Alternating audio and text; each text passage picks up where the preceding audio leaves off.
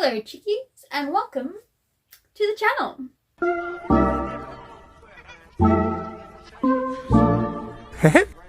Welcome to our August wrap up. It's been a interesting month. Now I actually only spent the last 11-ish days reading. I in fact did everything but reading early in the month. I was doing video editing, book editing, as in my own novel, and yeah. Hello, I'm interrupting this video. Yes, I'm redoing the intro. That was past Hannah, and past Hannah didn't know what was coming up, and also didn't know that sickness and family events would interrupt the rest of her video. Okay, she had great hopes of finishing it within the next couple of days. It is now a month later. It is the end of September. And I read absolutely 0 books in September because it's just been crazy. But I'm interrupting to tell you that there are spoilers in this video. There is no other video today. I will just have spoiler warning sections of this video. So if you want to skip the spoiler sections, you can just skip forward to the next part. Because it's really just going to be a short video anyway, because I've forgotten what these books are about, like what my initial thoughts and sort of gossipy tones are for these books. So it's just going to be a clear review for the most part. So yes, 2 of these books have spoilers, but I'll have like skippable sections for you, so it shouldn't interrupt your viewing pleasure too much. If you care about spoilers, you can just skip over that little section of it. Anyway, now you can go back to past Hannah and enjoy the video. Now to get started, we started the month off quite well with our audiobook pick of the month, which was Emily Wilde's Map of the Otherlands by Heather Fawcett. Yes. Now I did enjoy this one more than Emily Wilde's Encyclopedia of Fairies. I think I just liked the characters more in this one. There were no prejudiced villagers. If you know, you know. So what is Emily Wilde's Map of the Otherlands about? It is about Emily Wilde and her possible together with romantic interest Wendell Bambleby. And they are trying to track down Wendell's gate, which would lead therefore to his homeland. And along the way they are with Emily's niece and then Emily's and Wendell's co-worker, Professor somebody. They're just pretty much trying to hunt down this gate, really, and avoid being assassinated by Wendell's stepmom. Now, what did I like? I just enjoyed the characters more in this one. As I say, there were less annoying villagers. There were still villagers, but they weren't annoying villagers. And I was like, thank goodness for these non-annoying villagers. And Bambleby was his rascally Bambleby self, but he wasn't academically avoidant as much. And his relationship with Emily just was funner. Just, I understood it more, and he didn't quite lock her out of every decision. Now, Emily is still a bit dumb. Emily is smart, but every now and then she just has a dip of the grey cells. It just exits her mind about how to be smart. And it's so obvious, the mistakes that she makes. I'm not in the scientific fairy field, but even I could foresee where she was going the wrong way. Literally. Otherwise, she has a development in her character that is true to her nature, but gives her a deeper depth. And that's why I liked this book a little more than the last. And I only gave it a 0.5 difference according to my story graph. But I might tip it up to a 4.25. I just feel it needs a little bit more than 4. That's just me being picky. So 4 stars is very good for a review. So we will go with that. Spoilers. Now I really should do reviews right after I finish books, because I've forgotten a lot of stuff. The one bit I could foresee going wrong, and I guess it's a good thing she went back in the end, but also how could those little brain cells of hers fail her so dismally? Because she goes to get Wendell's cat creature. And the cat is like, let's go this way, let's go through here. And she ignores the cat. And everything is pointing towards just follow the cat. But instead she decides to go the opposite direction. And goes and meets up with the stepmother. Now, does she then poison the stepmother? Yes. And is that a good step in the right direction? Yes, absolutely. But is it annoying that she just ignored the cats being like, because it was so Wendell. Like the cat and Wendell, similar vibes. So I was like, yeah, just follow the cat. The niece, I didn't know what to think of the niece most of the way through. I didn't know whether she had a bad angle, whether she was gonna suddenly turn evil on us. And this is the distrust I get in Fae worlds. I do not trust anyone or anything until it's proven otherwise, because you never know. And as for the missing lady and her man love, why were they so ungrateful? Like, they could have just been left wandering the plains all by themselves, you know? But they weren't. Wendell and Emily helped them out, and then they're like, yep, thanks a lot for that. Not, well, go back then. Go wander out on your own then. I'm a bit vindictive towards ungrateful, pompous gits. So, and our puppy dog. I don't think I mentioned the puppy dog last review. The puppy dog, that's not really a puppy dog. I am so sad that he's getting old. I'm like, you better not kill off the puppy dog creature. And I don't think they will, but the inevitable will eventually come. Because I used to have a black puppy dog, Kelpie Lab. We named him Zorro. The cutest. Ah, he was just so handsome and so cute. So when they're describing Shadow, Emily's dog, all I can imagine is my own puppy. So yes, I have a soft spot for Shadow, and him getting old, I mean, they're not allowed to, okay? He has to live forever. Zorro couldn't live forever, so Shadow has to. That's an order. But yes, definitely enjoyed this book more than the previous one. Much less annoying, more fun. And that's why I gave it a 4-ish stars. Now the next book is actually a book I was reading with my dad. Thanks, Dad, for reading it to me. And that is Farmer Boy by Laura Ingalls Wilde. And Farmer Boy follows Almanzo Wilde, who is on his father's farm, and they be rich. They've got a lot of animals, a lot of land, a lot of horses.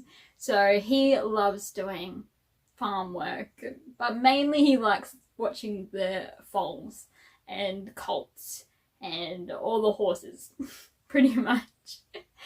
And he hates school. Fair enough. So he hates school, he loves horses, and he loves food. In this book, there is a lot of food being eaten. The contrast between Almanzo and Laura's food and the Christmases and everything is very, because Almanzo's there, tons of food, tons of money and stuff, and tons of gifts, and Laura's over there being happy with her little cube of sugared candy. And it's just a stark difference. I'm not saying that Almanzo shouldn't have had all that. If his family could afford / wanted to that, good for him. But also Laura over there being a little pioneer with her family with very meager beginnings. And to be fair, Almanzo does work very hard for his big lunches, dinners, suppers, snacks, and all that. But yes, most of the book is describing the amount of food this boy intakes and all the work he does on the farm with his father. But as I say, Dad was reading it to me, so we had a good laugh over the different foods and different things going on. We got to converse as we read it, so that side of it was quite fun. It's more of a family experience than anything else. Oh yeah, they go into describing some of the machinery and stuff, which is difficult to imagine since we don't have it in today's society. So even when they're describing things, I find it hard to picture it because I have no basis to go on. So that's a little bit confusing at times, but it doesn't detract from the story. It's just a fact of it's very different, and the wording and everything is completely different nowadays, so it's hard to pinpoint a image. My dad doesn't think in images, so he doesn't really care, but I think in images, and I'm like, what? They are very harsh on this 9/10-year-old young boy. There is a part where father is going and hauling wood in the snow, and Almanzo has his own little team and these 2 highs that are also boys or teens or something. And so the father goes with these 2 grown men to load these logs, and these boys are off by themselves sort of thing, loading theirs. And a log literally falls on Almanzo, and the dad's like, oh, you'll be right, and then continues on. And then at one point he has to go off the track so that like father can just come on by in his own sled, and it tips over and gets stuck. And the father just goes on by. He's not like, you're right, boys. And then Almanzo could be like, yeah, I got it, father. Instead, he's just like, and this boy has just been crushed by a log. Anyway, there is a certain point of care that wasn't taken for a literal 10-year-old, but I guess that's how father wanted him to learn. But even my dad was like, really, just a little bit of care would be nice. Otherwise, food, that's about it. That's all I took away from it, was food. And Almanzo is pretty funny at times as well, because he has some comebacks. Like, someone will say something and he'll have a comeback, either in his own head, which he fails to express because he's just a lad and he's not meant to talk back to the adults of the area, but he did have a good comeback to one miserly man. Oh, I was like, yes, go Manzo! So that was kind of funny. He does have some quirks to him. Farmer Boy by Laura Ingalls Wilde. 4 stars. Okay, next up we have Little House in the Highlands. And this is by Melissa Wilde. And it's the first book in the Martha years, which is a prequel to Laura Ingalls Wilde. And I believe it's a fictitious writings. And it follows Martha Morse, who is the great-grandmother of Laura Ingalls Wilde. And she is 6 years old, and she's living with her family in Glencarade, Scotland. Martha is very lively. She likes the different fairy stories of the area, and she is very rambunctious. She likes being around and seeing everything that's happening and running around. Unlike her older sister, who is the picture of grace. I don't know what it is with older sisters being just the sort of graceful, perfect child. But in this, we also have the perfect elder child. You know, the older child, she can sew, she can make lace that's beautiful, she can play the piano perfectly, and she's every mother's dream of this era. And Martha is more the lively one. But I think, as much as her mother is like, you have to learn how to darn your clothes and sew your like dresses and all of this, I think Ma also has a little bit of a spark to her. She's often telling all these fairy stories and she's got a spark. Her father is the lord of the area, and so she has this stone house. So she's your energetic redheaded lass. She's highly energetic. She listens to the fairy folklore and she believes in the fairy folklore. It's a bit strange, but then she's also got a part of her that is very logic based, but only in certain moments. Like there's this part where they're airing the cloths and it's windy and she's like, don't worry, I won't fly away with this cloth because I'm wearing my heavy boots, so it's okay. You know, she has these moments where she's like trying to think things through, but also she believes in all the fairy folklore as well. It just focuses on the daily life in the Scottish Highlands and a bit of family life.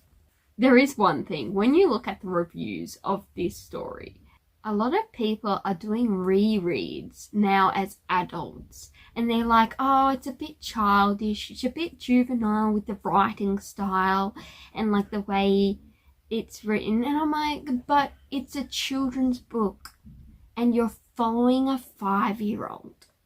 It's meant to be a kid's book with kids' vocabulary and a kid's mindset. So yeah, there were all these low reviews from these adults reviewing the book with an adult mind frame rather than being like, this is for children, it's aimed at children.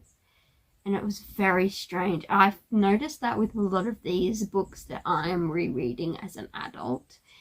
There's all these other adult readers, but they're not realizing that it's not meant to be this high intelligence stuff. It's aimed for children to learn and to read, not adults to learn and read. Like me, I'm an adult who can read and enjoy it, but I just, know that it's not going to be the most high tier writing style. But that's okay because it's a children's book. So in my opinion, it was a quick, light read about a red-headed little 5-year-old in the Scottish lands with her family. It was fun. Anyway, I ended up rating it a 4.5. It was quite fun. Little read. Next up, I'm reading 2 books in the Chronicles of Narnia series. And so first up, we have the 3rd book in chronological order, and that is The Horse and His Boy. And it follows Shasta and a horse, which is Bree, and they are in the desert lands to the south, I think, of Narnia, and it follows them as they try to make their way to Narnia. And along the way they meet a girl and her horse. The horses are talking horses, by the way. That's an important aspect of this. And together with the girl and her horse, they flee to Narnia. But at the same time, the prince or whatever of the desert lands really wants to marry Susan from Narnia, but she doesn't want me. She's like, you were great at first, but now that I've seen your nature, not so much. And so she's fleeing back to Narnia. But Princey Man, he doesn't want to take no as an answer, and now wants to go and invade the area closer to the desert, which is not quite Narnia, but like they're friendly neighbours, and he wants to go attack a castle there. So Shasta and Bree and the other two rush to try and warn this castle of the army approaching.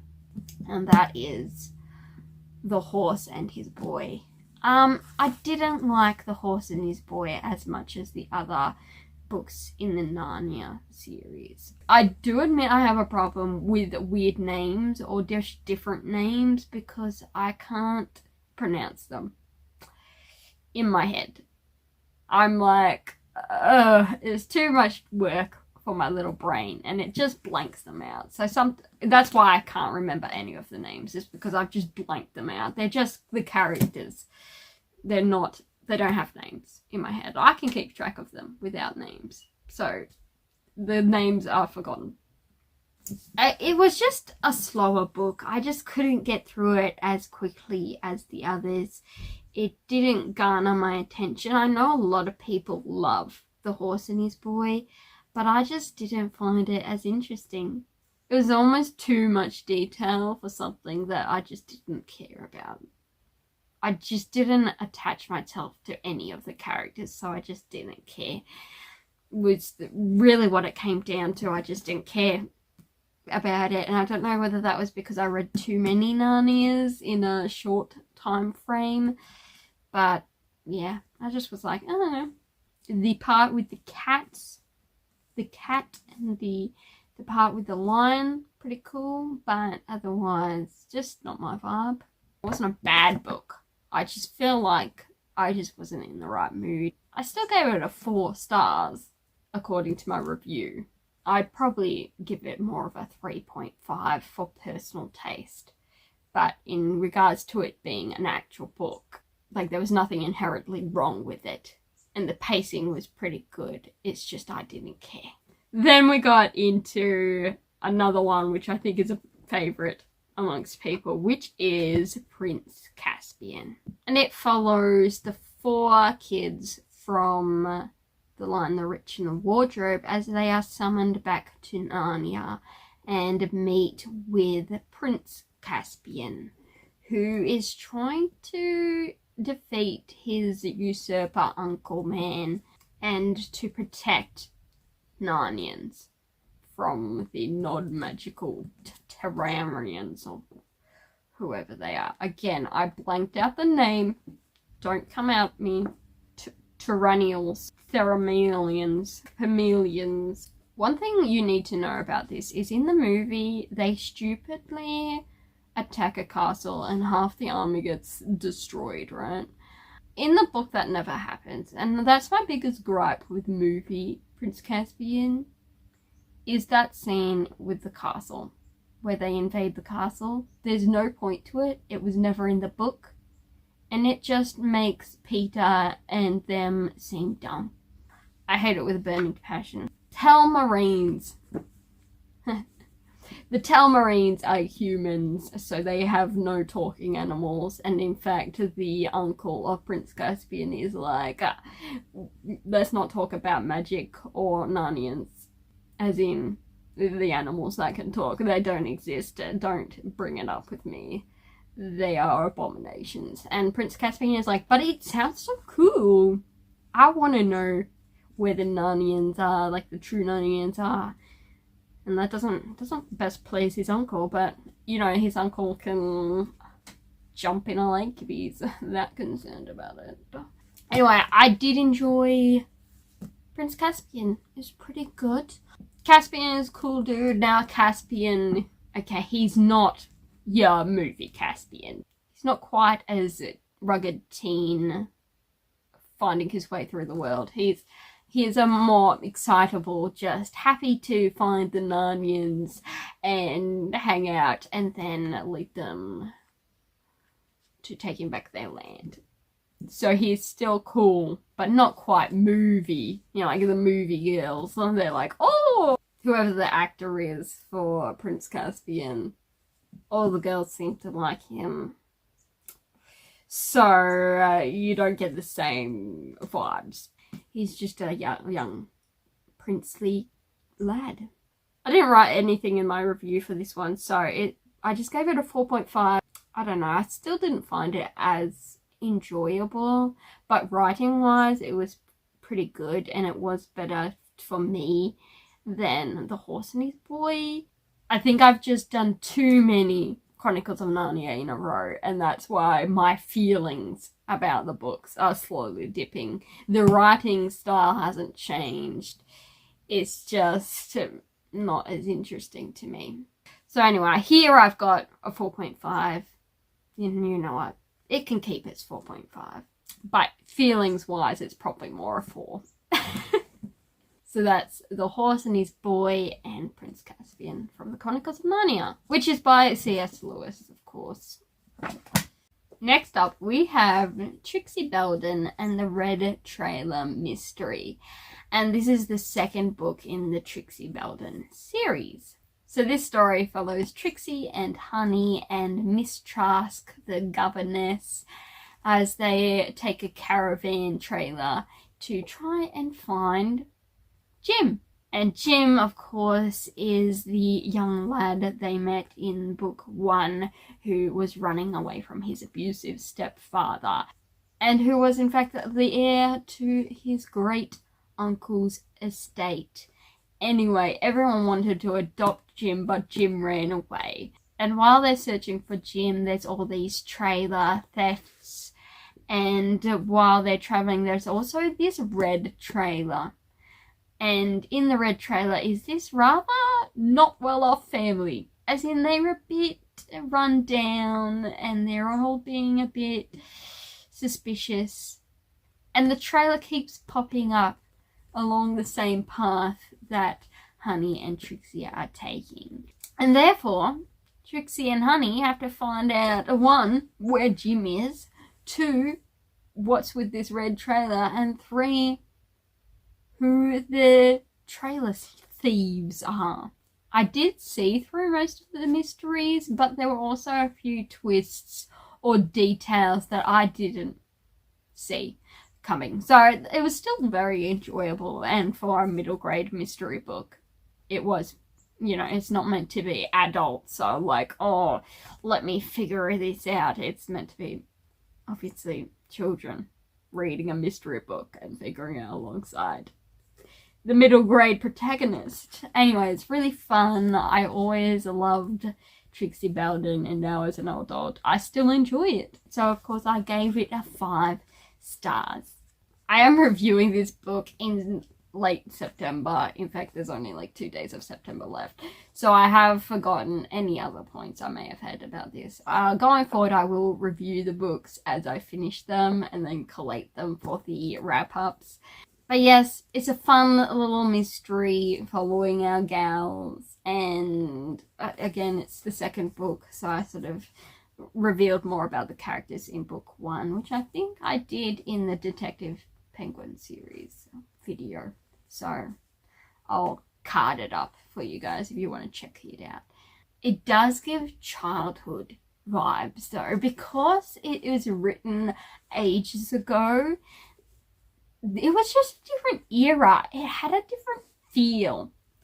And I love that different, like, way of life, sort of summer holidays and camps feeling from childhood. It's just not the same now.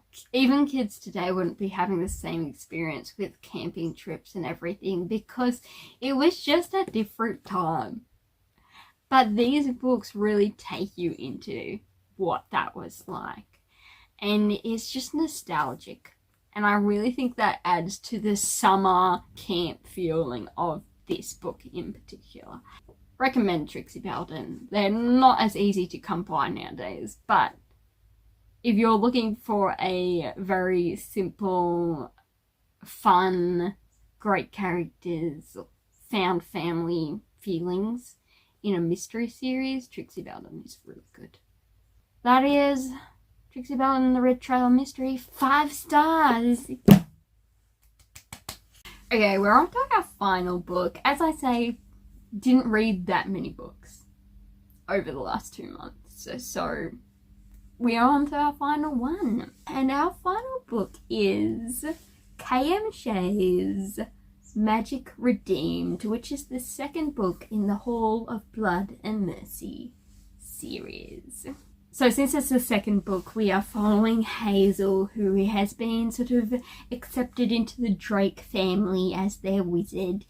And this one sort of focuses more on Hazel's trying to free her house, because of course she's a wizard and wizards have houses. She's the heir to her house, but she has a creepy cousin who wants to take over the house instead and be the adept, which is like the head of the house and can wield the magic of the house, etc., etc.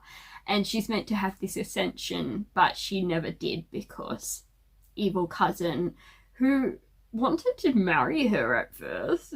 So I don't know whether he could have been a cousin or like a more distant cousin, because that's just creepy. But Mr. want to marry his cousin, took over the house by force, and then sort of held her entire family hostage and put these cuffs or something on them that mean they can't wield any magic in order to keep them in line. Anyway, so this is about her trying to take her family back.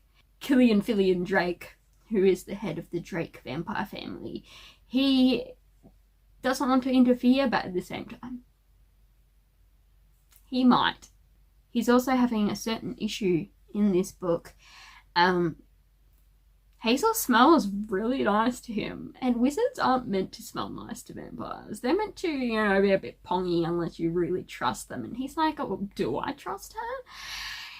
Anyway, she smells really nice, and so he goes around just sniffing her up like a little dog, like a little puppy dog. And it's not all one way. Cillian likes having a little sniff of her nice scent, and she uses him as a cool pack. She just hugs him and, you know, cools herself down on his cool, calm skin.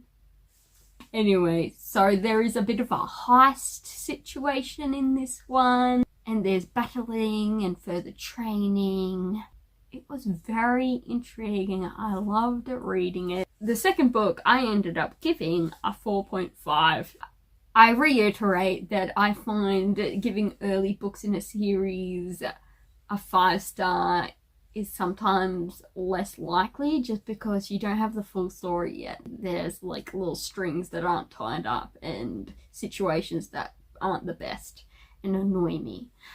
So therefore it's a 4.5. But this series could end up a 5, depending on if book 3 gets over the line. But I adored Hazel in this. My girl has some backbone in this, and honestly, go girl. And as for Cillian Drake, Cillian is not his middle name. I like the sound of Cillian Drake.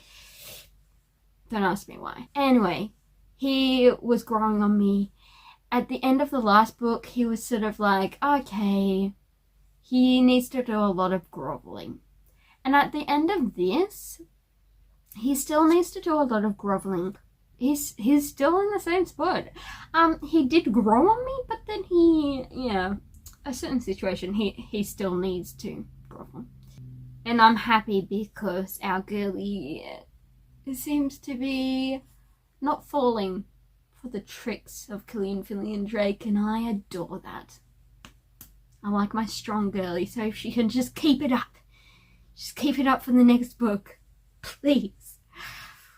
But we shall see. I made 12 entries for this book, and it was amazing. So we start off, and here's the quote. And then Cillian Drake, elder of the Drake family and eminence of the Midwest, indisputably one of the most powerful vampires in America, sniffed my hair. I have here Killian's turning into a puppy dog. Woof woof. As I said earlier, he is just turning full puppy dog.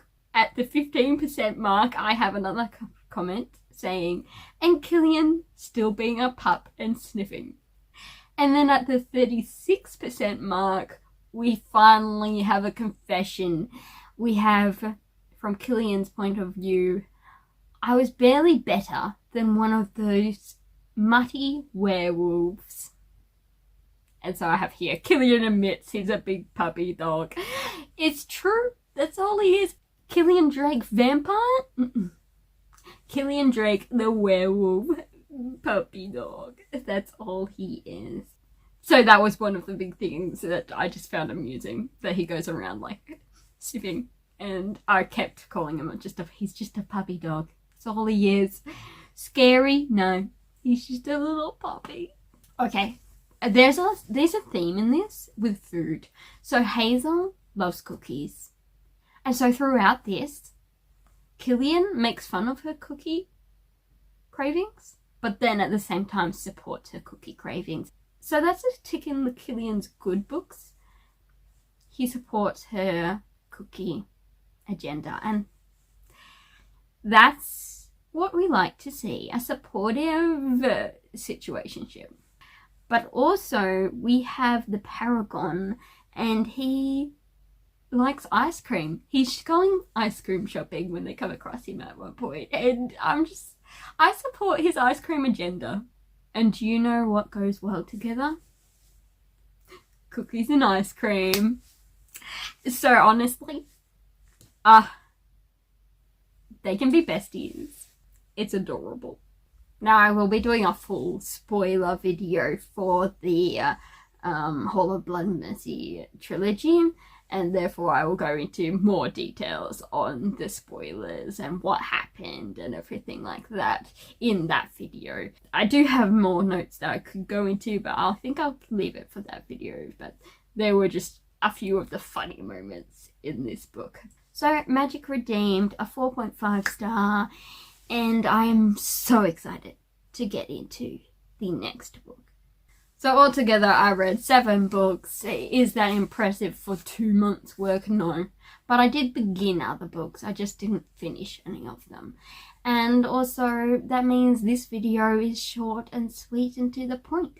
We're going into October next, which is spooky season for everyone else, but springtime and happiness for me. I do have a TBR for October coming out after this video, and I will be doing more challenges and just different things, and then I have a trip in November. So exciting days ahead now that I've got rid of a brother to marriage and rid of family, another brother to another state. You know, there's not much to do in life other than read and do my writing and stuff. So you'll see me around, hopefully a lot. It gives me joy to make videos. So that's where we are up to. Anyway, let me know what you've been reading the last couple of months, if you want to. If you don't, well, I know you'll just watch and continue on. So until next time, I shall see you all in the next video. Peace.